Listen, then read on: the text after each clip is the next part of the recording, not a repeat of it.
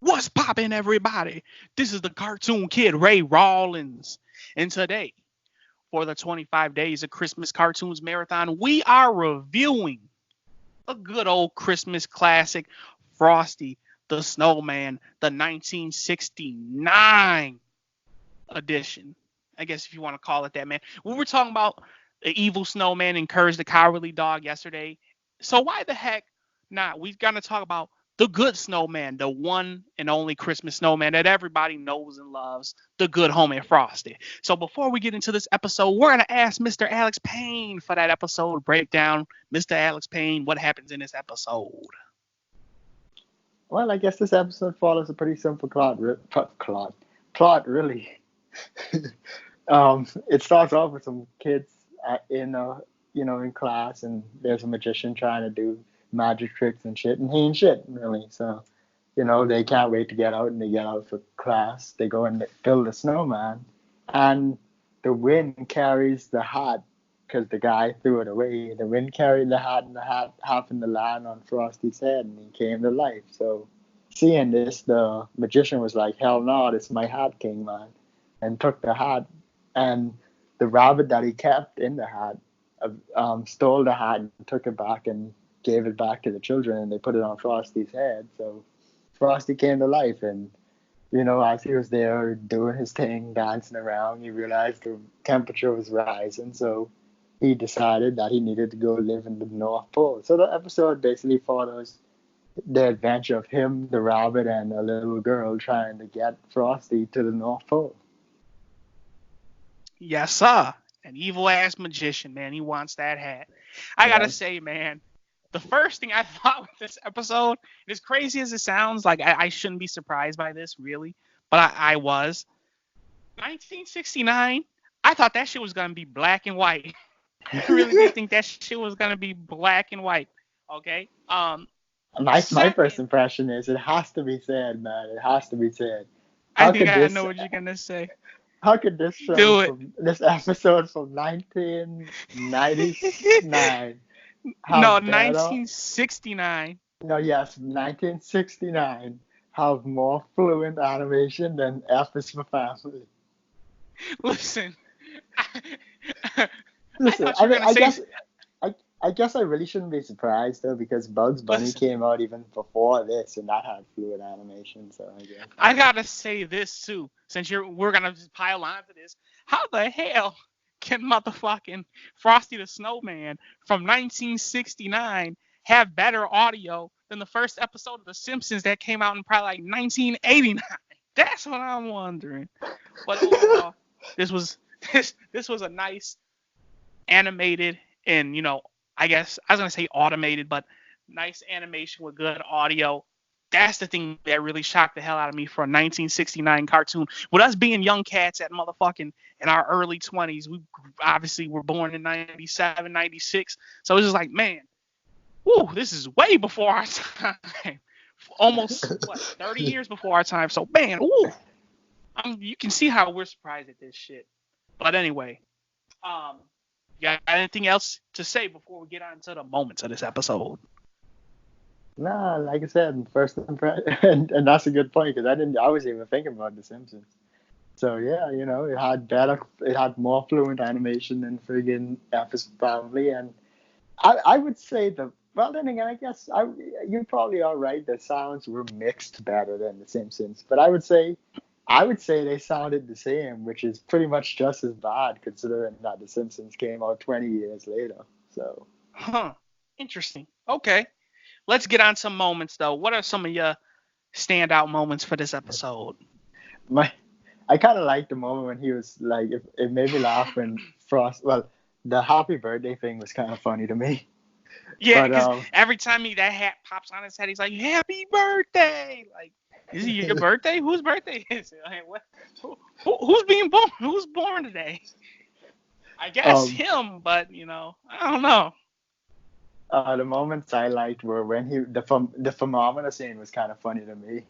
It's like the thermometer. Oh yeah, seeing the thermometer going up. It's like, oh man, he's gonna melt. The big thing with me is like, I guess I'll save it for the review. Continue. Yeah. Another moment for me was when the crossing guard. That was funny. Oh yeah. It's like, Oh yeah. didn't you see that? Didn't you see that light change? Wait, what did he used? Oh, the traffic light. What's a traffic light? It's up on that post there. What's a post? See, I feel like this is how you do dumb correctly, I guess, in a way. Because it's genuine Right. ignorance, not I'm just stupid for the sake of being stupid. Right. Right. And it's funny because he was like, "Oh, snowman." They're, as soon as they come to life, they always they're always dumb. And realistically, he's the dumb one And because it's he's like, over here then they come talking to to this life. walking snowman. Right. He's over here talking to this snowman like it's a person. So he's really the dumb one, realistically. But you got Yeah. any other But ones? um, you could say yours if you got it. Okay, okay, okay. I'm gonna pick up where you Okay. left off. Actually, realistically, when they were at the railroad and they were getting the ticket to get them to the North Pole, they were like, "Oh yeah, that's $3,000." Which now I don't know. Obviously, 1990. I keep trying to say 1996, but 1969, totally different time period. But $3,000, I would say, was probably worth a bit more than it is today. So it's like, oh man, that's probably like I I wouldn't would say say a probably million dollars. six thousand at the least, Right, right. Probably like, yeah, doubled. or But at yeah. even even then it's like, ooh. Listen, when he said that shit to me, that still felt steep. That's the point I'm trying to make to you. That shit still felt steep. $3,000. Ooh, yeah, I mean, it's a lot of money to get to the North Pole, but it's manageable. It's manageable. But for kids, it's definitely not manageable. Um, my whole big thing was with the magician is like, damn, how he's gonna do it to these kids? Like, yeah, the hat's magic and whatnot. It made their snowman come to life. He was so damn cold. He was like, yo, if it's magic, I can become a millionaire. Which, I mean, listen, I get that, everybody likes money, but yo, motherfucking bringing this snowman to life, that made these kids, listen, if I was there, I would have straight up knocked that damn magician out. I ain't even, I ain't even gonna lie. We was gonna have the motherfucking get these hands, boy. But he basically wanted the damn hat back, which obviously was gonna make the kids upset. And it was just sad, man. It was just sad. And my whole thing was, Yeah, man, and then he I murdered hope Frosty. right. I was like, man, I fucking hope Santa whoops his ass. But when the whole thing was, and it's kind of messed up too. Like they're going to the North Pole, obviously a cold ass place where humans realistically shouldn't be. And honestly, I was surprised the rabbit was doing good, to be honest with you. But you see this little girl freezing up, getting cold. They have to build a fire for her, keep her warm. They get to the house, and the rabbit goes off to get Santa, and it's like, damn, this kid's gonna end up dying, yo. And when they were walking there, Frosty was like, I guess we should just keep going until we find someone who's able to take you home. And I was thinking, yeah, Frosty's a little dumb, but it's just like, you think if this cold conditions are making her, freeze and get sick and whatnot, the first idea would be to turn back, but you're gonna proceed forward to make sure your ass is okay. That's the thing. But Frosty obviously probably wasn't thinking like that. But anyway, Santa comes. Yeah, this is the big payoff. He's like, man, yo, you give them that hat back, or I ain't getting you shit else for Christmas. And he told him, yo, go home. You gotta write, I'm sorry, Frosty or whatever, a zillion times. I'm like, whoo, listen, just plan on not getting something tomorrow. I ain't writing shit. Be there for me next year. That's what I came up with. But it's like the big payoff with Santa, man. I was like, man, that's what's up. That's what's up. Santa came and saved the day, and even brought Frosty back to life, which was honestly a big payoff for me. I was like, oh, that's what's up, man. Make sure the kids have a nice, good day. Um, since there's no more moments, I guess it's a good time to get into final reviews. I'm gonna let you go first. What is your final review for this episode? It's funny because at first I thought I really wasn't gonna like it. I thought it was really kind of kiddie at first or whatever. Yeah, But I feel right. like, Okay. You're 100. I kind of was in the same boat actually. especially because when they were singing the songs at first Yeah. and stuff, I was like, I don't like cartoon songs. And then, but I mean, obviously, I wouldn't say this is an adult episode, but like Right. it it dulled that kid edge a lot as it went on. I mean, obviously it's still a cartoon, but I could easily see a full. I would say like this is a genuine family show instead of it because Right. 9 times out of 10, a family show is it's super kiddie and realistically only the kids would enjoy it.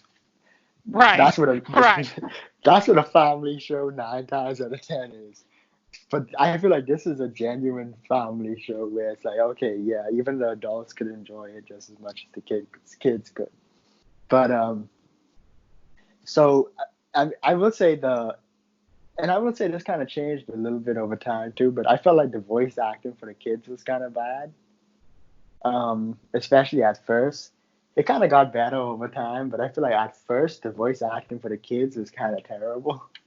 Mm-hmm. Especially when they was looking out the window, like Yeah. waiting for the snow, like that, like that was terrible. Like those were the most unconvincing oohs and ahs I ever heard in my life. But uh, so but I think I overall, was gonna say there were they bad. Never mind. I can't say that. That'd be really fucked up. Continue.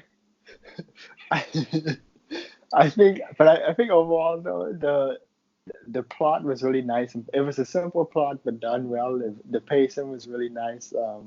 The um this moment when Frosty died was kind of sad. Was actually sad Yeah. and whatever. Oh. And it was just like I think it was just a really well done and I No. guess Yeah. Yeah. heartwarming type of thing. Hmm. So I think I'm gonna give it a nice. I think I'm gonna give it a nice 7.5. I would give it an Ooh. Okay. 8. Okay. I want to give it an 8, but I think yeah, I'll give it an 8. I think I'll give it an 8. Okay. Okay. Um. So me be like when I was a kid, I remember hearing the story of Frosty the Snowman. And funny thing is, I don't know if I never really paid attention like that because my sister always used to read those books to me and whatnot. She was like, "Okay, I'm gonna read you. What do you want to hear, Frosty the Snowman or what?" So I always used to like have those books read to me when I was like real little. And the funny thing is, I don't remember it sounding anything like this. But I do remember that damn song, Frosty the Snowman. I definitely do remember that at least that first line of it. And the rest is usually a motherfucking blur. But I will say, like you said, I expected this to be a very kiddie episode. Like, it kind of is, but it's not. This is a nice family episode that the entire family will enjoy. And to my surprise, once because I was thinking about it as I was looking this up, I was like, wait a minute, this is probably going to be a really kiddie episode, a kiddie Christmas episode that we probably won't, like, because think about all the stuff we review: Rick and Morty, Courage the Cowardly Dog. I mean, yeah, you can say, well, with the exception of obviously Rick and Morty, that some of this stuff isn't meant for kids. We review like more teenage type, young adult stuff. So I didn't think we would take to it as well as we did, and honestly, more towards you. I didn't think you really take to this as much as you did, but the story as a whole, the way it started up, and the way you got to the climax of the episode, it's just like, man, oof. Listen, I wanted to freaking snap that damn magician's neck, and I always say, any type of story that makes you feel some type of more emotion towards a character or characters, that's some powerful ass storytelling. I wanted to beat that magician's ass, okay? And when Santa came, I was like, oh shit, Santa here, Santa finna say today, because I was, it's a Christmas episode. I get hyped for shit like that, man. I'm weird, okay? So once I saw, I'm like, yeah, Santa finna say today, Santa finna make everything all right. He brought the snowman back to life. I'm like, yeah, Santa, I fuck with you, boy. Santa, that nigga, man. But I gotta say, overall, I enjoy this episode. Very well told story. I like the fact that it's a family episode. Kids will like it, and the adults will too. And it's very reasonable. Suspend your disbelief because obviously it's a cartoon. Cartoon logic and whatnot. And it's just overall good storytelling, which I really like. You can say what you want about the voice acting and whatnot, but it's 1969. I'm No, just surprised the this kids. shit. I would say Listen, I'm surprised I this would shit listen. has I would color. say I'm surprised this shit has color. Okay, that's simply what I'm listen. surprised I'll about. say this. even though the kids' voice acting was kind of terrible, I thought the narrator, but more specifically Frosty had a really, really good voice actor. Oh yeah, no. And see, that's what I don't see. I can't say I don't pay attention to the voices like that because I do, and I'll notice bad voice acting, when I hear it. But like, you take more to that stuff than I do because I thought the voice I wasn't acting gonna was say pretty I take decent. to that stuff, but when you like hear when you hear a voice and it sounds really weird and forced, like I feel like you can't even. I don't see how you can miss it when it's bad. But like I said, Frosty's voice actor was really, really good. Frosty's from New York, by the way. He's got like a New York accent. If nobody knew. But overall, I'm gonna give this episode a nice 7.5 out of 10, man. I really like the aspect of like I enjoyed the episode. My expectations were definitely exceeded. So I'm gonna give this bad boy a 7.5 out of 10, and Mr. Alex Payne gives it an 8 out of 10. That has been our review for Frosty the Snowman from 1969. This is the Cartoon Kid channel where we talk cartoons and we do it daily, baby. And this is the 25 Days of Christmas Cartoons Marathon. So, y'all know what the whole routine is, man. If y'all like this episode, y'all didn't like it, or y'all just want to say something about it, man, toss your comments in the comments box down below. And if you got any suggestions for us for what future cartoons to review for this marathon or beyond, hey, let us know, man. But until then, we will see you when we see you later.